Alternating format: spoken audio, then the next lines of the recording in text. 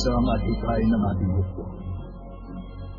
Ang mapapagsakang kauli-uli ang barko ng kalaban. Sa ngalan ng diwa ng magulitan, iaalay ko ang aking buhay nang walang pinagsisisihan.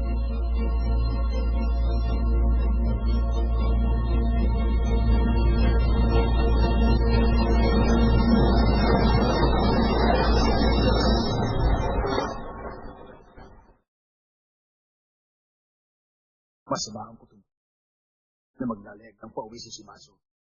Ganon din ako. Dapat dahilan at papayos ang tulungan ng hukbo natin. Baka lalong manganib ang buhay natin ngayon. Pag sinubukan natin magtasin ng barikada. Kumilos na tayo! Mahal na pinuno!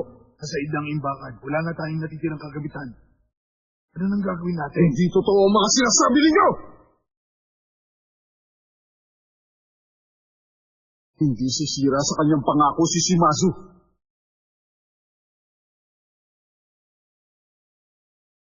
Hindi mabilang ang sulong. Sa tingin ko, lalong dumami ang bilang ng mga kalaban natin.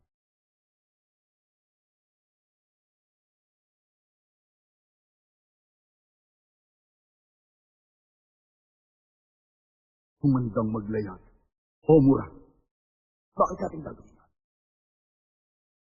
Hindi pangkaraniwan ang dinas ng mga sulo nila.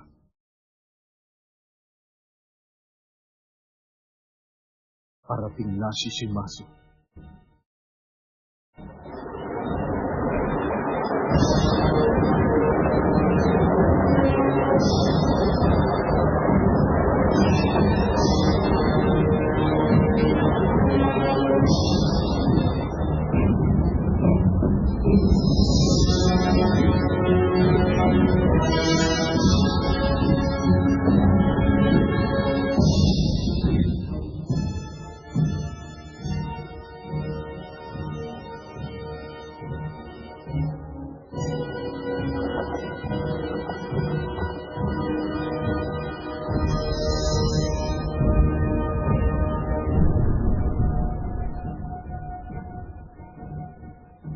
Bilis ng paglalayag natin. Madaling araw pa lang naroon na tayo sa kuta ng Yegyo. Tiyak na magugulat sila sa biglaang pagsalakay. Kahit si Sun Jin, hindi may iisip na gagawin natin to. Mali ka. Malalaman niya ang plano. Hindi mabilang ang taga-masid na kakampi niya. May tao siya. Mula sa Kyoto hanggang sa dulo ng Osaka.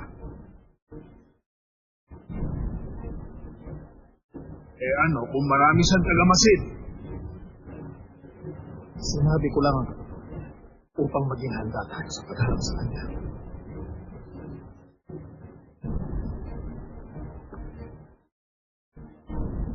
Hukbo ng Satsuma, ang pinakamalupit. Kinilala tayo bilang matatapang at mapapangis na kalaban kahit malayo tayo sa ating bayan. Masaksakban, hindi nalalagot ang nila. Matumba man tayo, muli tayong babangon upang patayin ang kalaban. Mapalad tayo at napabilang tayo sa tanyag na hukbo ng Satsuma. Patutumbahin natin si Sun Jin kasama ang buong pulutong niya.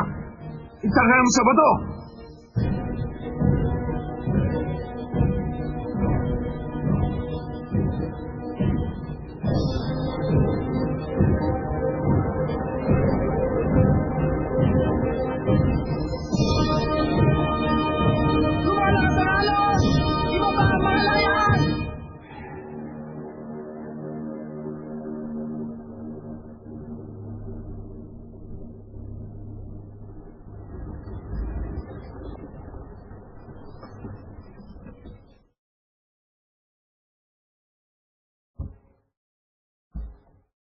Ito ang isla ng Desa gawin ng Oriang. Nasaan ang armada ng kalaban? Naglayag na, 4 na oras na nakalipas. Parating na sila sa kipot.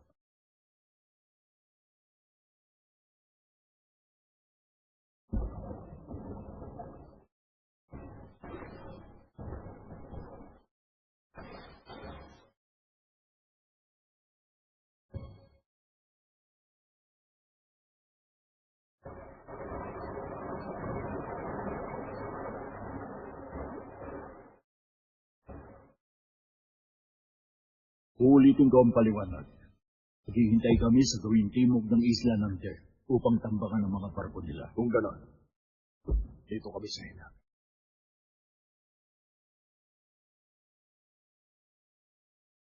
Kan, aminin ko ang dahilan ng aking pagparin. Dahil alam kong tapos na ang digmaan, ayoko nang may mamatay. Ngunit dahil sa liksi ng Wing, tiyak na magugulat ang inyong mga mandirigma. Kapag nakita ng Wing na nasa likuran nyo ang hukbo ng Wing, magmamadali silang makatakas at makalit.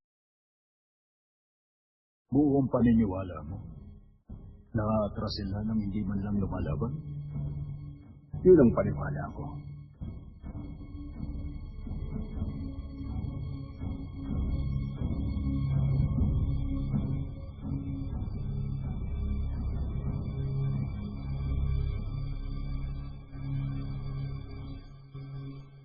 Paabante ng galera.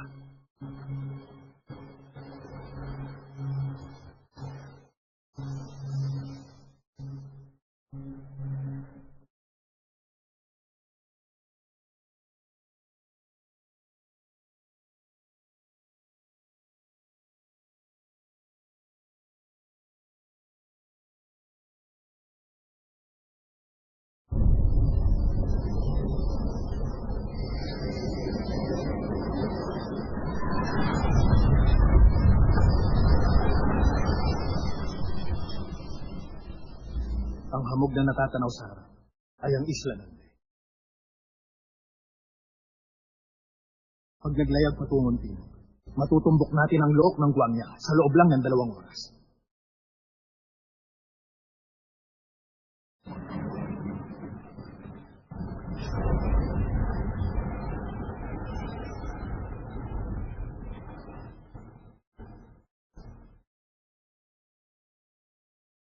Commander,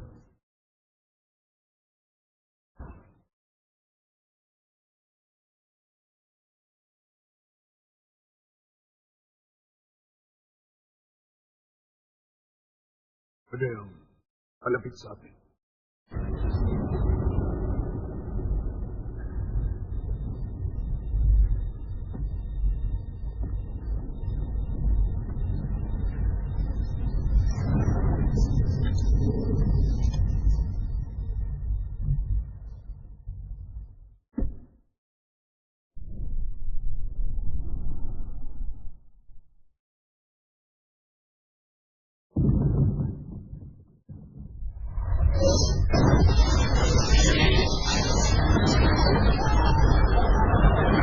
May kalaban! Kumandala! Lalaban tayo!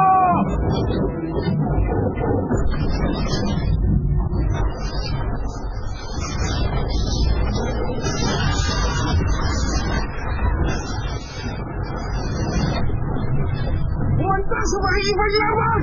Sabi na ang bumuk mo!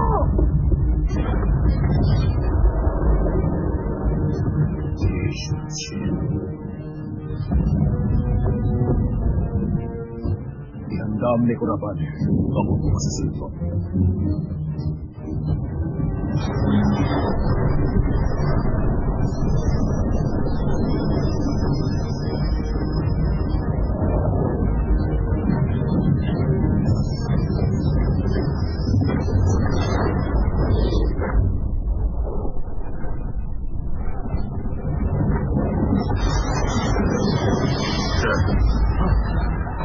Humingi ng tulong kay Shimazu! Madali ka!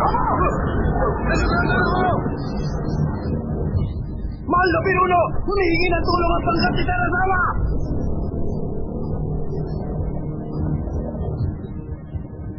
Pabilisin ang barko natin. Sikapin makalapit sa barkong pandigma ng pangkat ni Terasawa. Opo! Itodo nyo ang pag-abante!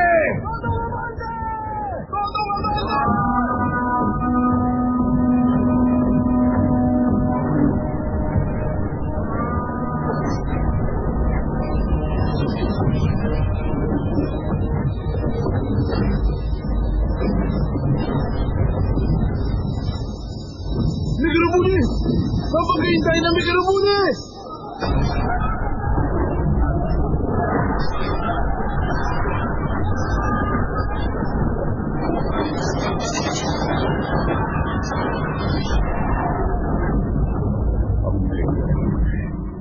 Noong araw ako mismo nagpaliyap dyan dun sa children ni Ham.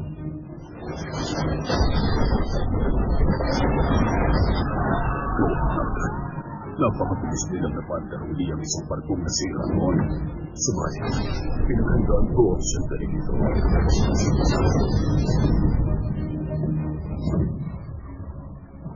Mahal na pinuno! Tingnan yun! Ang barko na hukbo ng Ming!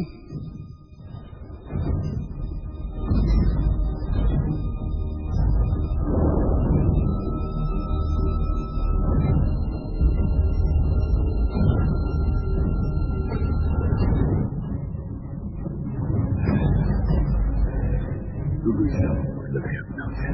Opo! Tuloy ang paglalayag!